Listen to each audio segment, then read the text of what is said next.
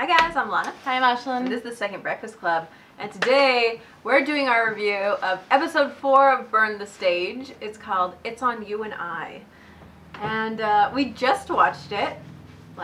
Watched it and then turned on the camera. Mm-hmm. And so we're still kind of processing feelings too, I think. Yeah, definitely. I think that this was the most mature episode that I've seen. Yeah. Definitely. I really like the series so far. I think this is the one that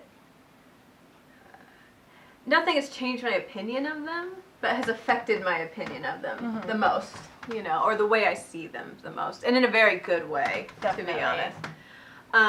So we're going to start right at the beginning, because like a lot of the other episodes, it's really the second half people are going to remember. But at the beginning, one thing I want to mention is this is obviously the time when the Wale collab came out, and everybody is being so supportive of Namjoon. I love it. I love how amped they get for each other's solo projects. Absolutely. And just, I've said it in comments a lot, but one of the things I love most about them is there's no jealousy among them at all. They all see every success for a solo member as a success for the group. And so here, that was on full scale. J-Hope, completely fresh-faced, yelling Namjoon's name, wandering down the hotel room, just excited to be oh, I listened to it, have you listened to it? And just being supportive brothers. Yeah, definitely. Right? So it kicks up in their tour in Sao Paulo. And then they do some more rehearsal dances, and they're basically doing all of their solo dances and then critiquing each other and giving feedback. And that's also kind of cool to see, to be honest. You okay? Sorry, yeah. You have an itch? Yeah, I like seeing them in professional mode. I'm letting you say something. Oh, I mean, there's not really much to say other than, Okay. just them. I've noticed I talk over you a lot. No, you're okay. So I'm trying to change. I'm trying to be better. Because maybe if I'm nicer to you, you'll stop talking about my toes. That was a good night. Yes. Yeah, so definitely this is, I love each and every bit of, piece that we get. Yeah. Lana put me on the spot and I wasn't expecting it, so. Oh, no, I just... That's okay. She's used to me talking. One part I did think was funny was in Jungkook's practice. He comes down, Jin and RM are talking, and they're like, do we really have to critique that? At first I thought they were teasing him, pretending it was bad, but then eventually it came out they're like, no, he's already got a huge ego. Do we need to... It says, if you add too much more water to a bathtub, it'll overfill. And as they're saying that, Jungkook's doing a slow handstand and just, obviously relishing the fact that he did a great job. But then it transitions to Jimin doing his practice, and I guess he felt like his voice was going or something, and he had another breakdown. Yeah, kind of. He really thought he was doing terribly, and they all were around him no, I couldn't even tell, yeah, you were good, and even as other people are doing the reactions, he's got his head in his hands, and they're all patting his shoulders and trying to comfort him, and they all talk in their little interview segments about how Jimin works the hardest, but is also so hard on himself that he's miserable at the end of every performance, is what Suga said. And so they're always trying to help him and give him the support. Encourage him, yeah. I think it's, he's talked about it too. He's once I get in that mindset, that pessimistic mindset, I just can't break out of it. And I thought it was, we all know that Jimin worked hard, but Jungkook saying that, he worked literally the hardest out of all of the trainees. And Jungkook mentioned about how how much improvement Jimin's made with his voice from when he first started and where he is. He's I just want him to be able to do cool things with his voice and And him pointing out that Jimin keeps asking him for advice on how to sing, but Jungkook's like, our voices are so different. Like, you even see him giving him, like, basic advice and tips because apparently, because they're on tour, Jimin can't get vocal training. So he's really insecure. But Jungkook's like, my voice is so different than his, I can't give him specific advice, and I want him to do cool things with his voice. Yeah. Not try to copy my techniques because he can do really cool things I can't do. Yeah. And, like, you know, like, obviously this is something that happens between them. Because Jungkook was interviewing and interspersed with clips of Jimin, like, laying on the couch, his head back in sunglasses. He keeps practicing singing and repeating lines over and over and over again, trying to change them.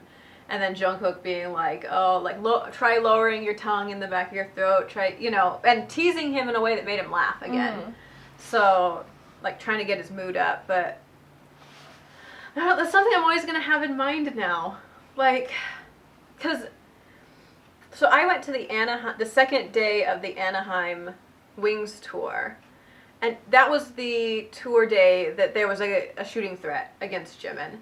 So everything was really intense. They, like, checked all our bags extra and stuff. And during Lie, Jimin was obviously flustered. And there's a point where he puts a blindfold on in Lie, and in our concert, he couldn't quite get it on and just threw it aside. And I chalked it up as, yeah, that's when someone said they were going to shoot him. Like, I would be upset too. But seeing how hard he takes rehearsals, that's completely changed how I saw that performance. Because, I mean, I loved it. Nobody cared. Like, I think it's just a blindfold. Yeah, I think if you didn't know that was supposed to happen, you wouldn't even catch it, right? And so now I'm kind of scared of the episode of the concert that I was at, because I can't imagine he'd be fine. Yeah. After seeing all this, and I know it was a year ago. I hope maybe he's a little better now, but since this seems to be his whole life, I think he's just critical of himself. I don't know. I really relate to it, to be honest. I'm sure a lot of people relate to it. Yeah, I'm sure. And I find it very real and sad, but not in a way like I pity him, in a way of just, I get it, and I'm glad he's showing that to people. Yeah. Because I don't see how anyone can be hard on him after knowing this. No. Like, okay. So that was the big, like, first emotional moment here. They do the sound check. They end up in New York. They do their first big sound check.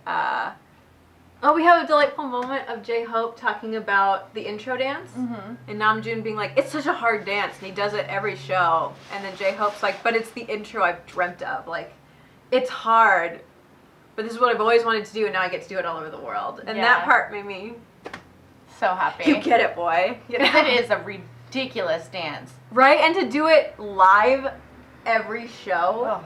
Like, Hobie. Yeah, there's foot clapping and, like, back bend, like, flips and... Right? That boy is some serious samurai skills. Yeah. And then Suga's there talking about how they haven't gotten sick of touring yet, and how he's blowing his cover as being the lazy one, talking about how he's never thought a concert was too much, and he's never gotten tired of it yet, and just doesn't seem like he will get like that's just something he loves doing so much. And then they do a bunch of the interviews, including some of the more famous ones. You get to see a bit behind the scenes, and they meet with people, and it's just like day one in New York. Poor Namjoon.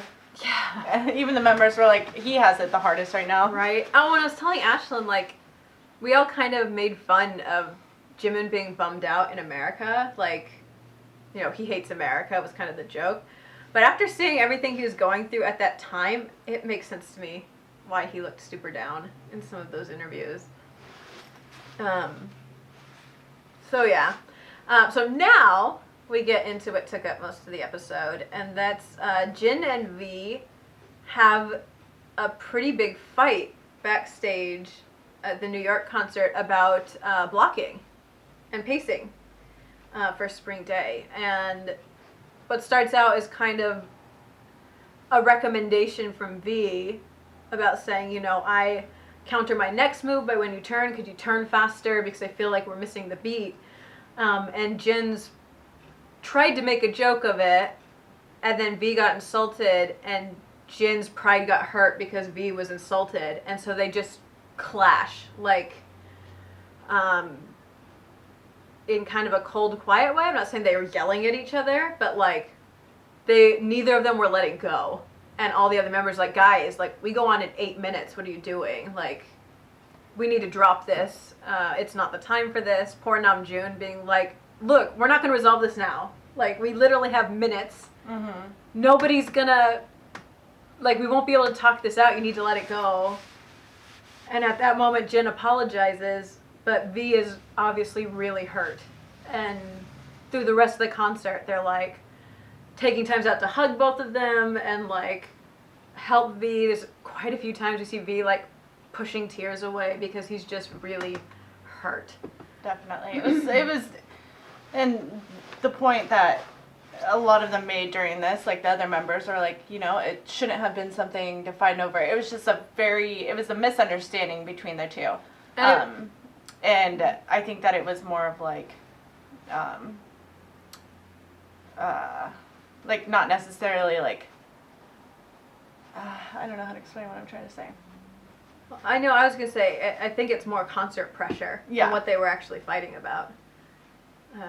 And a mix of, like, deeper emotional stuff. Mm-hmm. So, like, I don't think it was the blocking. I think it was Jin having this moment of, like, I'm the oldest and I never assert that over any of you. So sometimes I get, like, this spike of pride when you guys fight back against me. Mm-hmm. And I try not to, but, like, sometimes my pride is hurt. Yeah, and this is all discussed at the end after the concert. They do. And then V was basically like, I wasn't trying to pick a fight. I wasn't trying. What I kind of got from it was that he doesn't like conflict, and realizing that he made a suggestion that turned into a fight, he felt like everybody was blaming him for the fight. Yeah, and he was like, you know, like, all I tried to do was make a suggestion, and then everyone said, you know, like, it's not a big deal. He was like, you know, like, it just felt unfair and didn't feel... Yeah, which is something... Like, you know, his opinion was valid. Yeah, validated. I was going to say, if you watch the backgrounds of a lot of things from the beginning, and I get why, you can tell this is actually a long-running thing with V, in that he feels like his opinions are invalidated a lot. Or, like, people don't listen to him or take him the wrong way. Which is really fair, but I think that's a really sore spot for him. Yeah. So having this moment of concert pressure, and then suddenly it's happening again. Like, he didn't mean to fight, and it turned into a fight, and he was really sad that he caused this drama, but at the same time was like, this isn't fair. I shouldn't have to be the one to apologize when I'm not the one who made this a thing.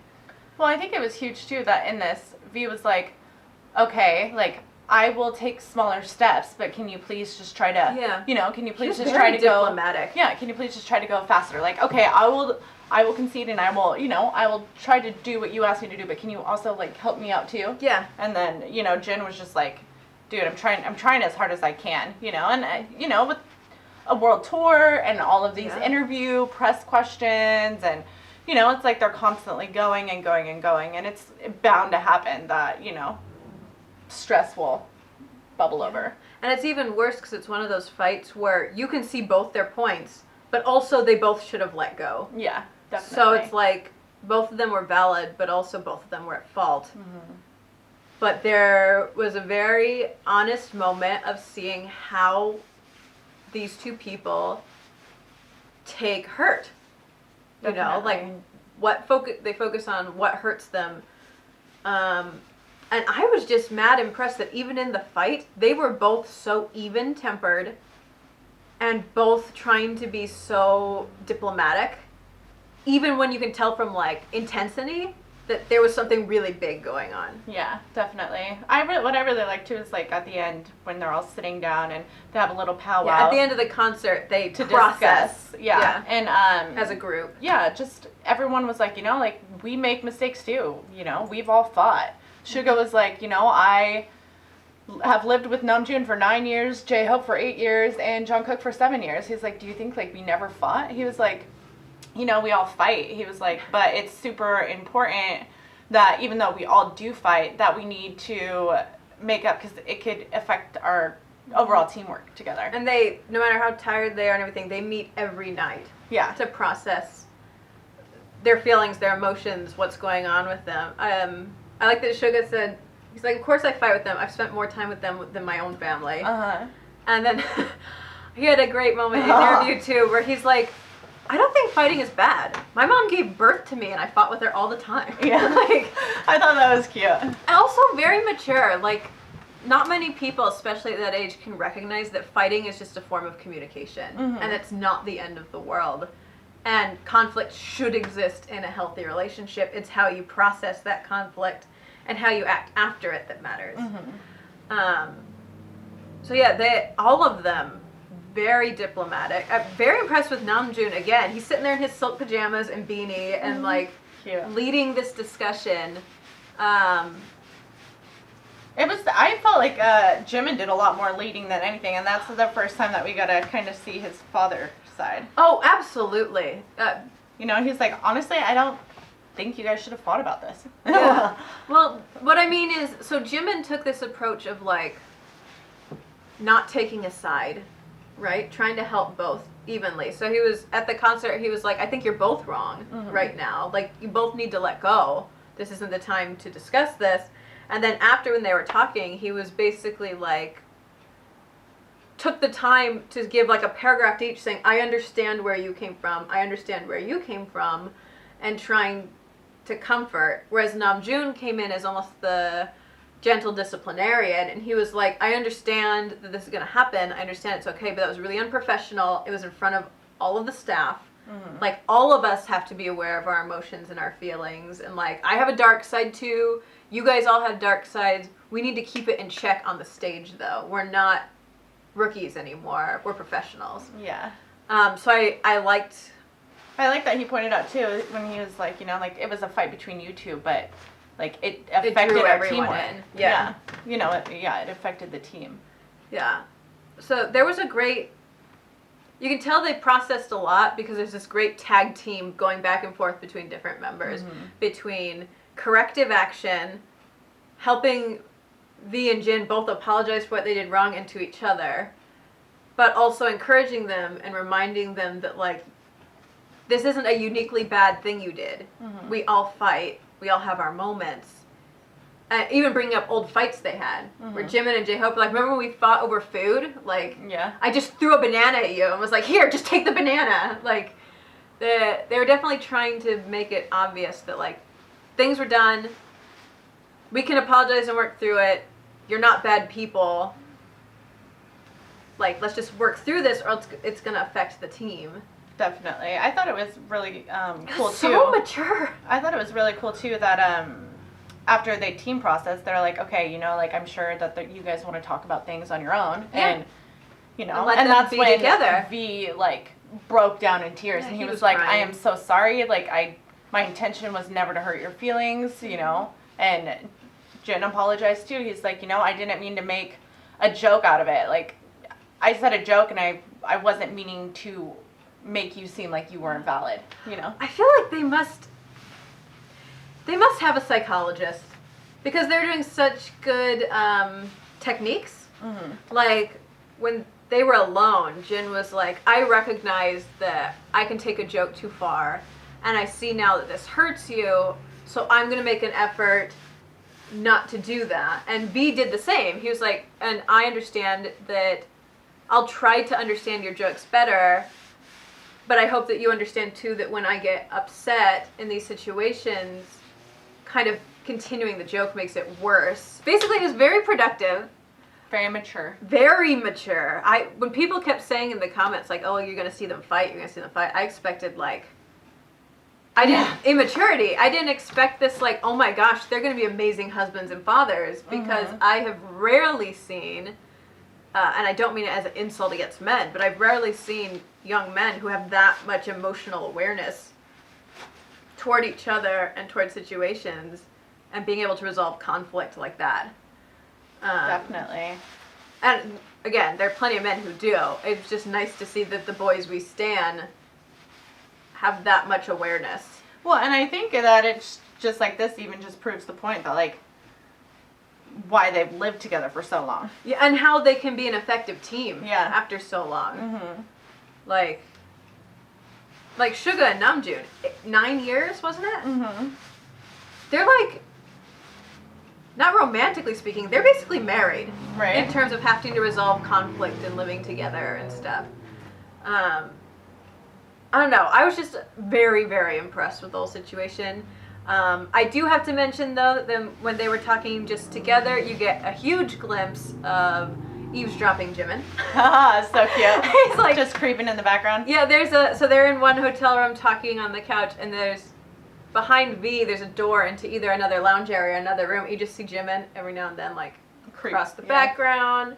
And then eventually he comes into the room and tries to get in on the conversation. He's like, you guys should just go get a drink together, you promise. And Jin was like, butt out. Like, stop butting in. Because you know, Jin's just really worried. And eventually they're like, we should go. And V's like, guys, it's 2. And I'm like, you guys process till 2 in the morning. I'm so in love with that. People say I process too much, and that reminded me of me. Cute. Yeah, I like that they said no matter how exhausted we are, we always make time to. Right, it's like that never go to bed mad at each other idea. Definitely. Yeah, so this was a different episode than we've seen, but I'm glad really, really like I feel immature now. I'm older than all of them, and I'm like, I can't do conflict as well as any of them. But what a good lesson, not just for us, but like to show Army, a lot of whom are younger than them. Like, fighting isn't the end of the world, and you can fight with people you love and be okay. You just need to listen and like mirror and understand each other's point of view, because you're different than everybody. Definitely. I don't know. I felt like a wonderful counseling session on like how to work as a team. I don't know. Yeah, this is good. So I know this episode will make a lot of people sad, but it made me actually really happy, because it's nice to see they can resolve that kind of stuff. Exactly. So, yeah, and that's about where it ended. Like, it closed with a little moment of Jin and V and Spring Day in the moment they were arguing about, but also like just that one moment where they have like a touch when V looks sad and Jin reaches out and touches his shoulder, and it was just very. Well, that was also the part that. That's what I was saying. Like, V was talking to him about. That's the part they were fighting over, but it's also such a good closer symbol, for what they just went through. Exactly. So, while emotional, I think it was my favorite episode so far. It really, really shows how grown they are. So. Yeah, it was good. It was really good. So let us know what your thoughts, your feelings, like your favorite episodes. I think there's going to be 10 episodes. Maybe there'll be 12, but if there's 10, we're almost halfway through. So, yeah. I'm scared for the Anaheim episodes. I'm also a little excited because I was at Soundcheck, so I want to see if you can see my little crazy, like, ponytail somewhere in the crowd. Well, when we watch it by ourselves, we'll definitely pause and look. Well, we'll see. Either way, it was really good. Yeah, thanks for joining us. Absolutely. And until next time, live long and prosper. Also, like, comment, and subscribe. Bye.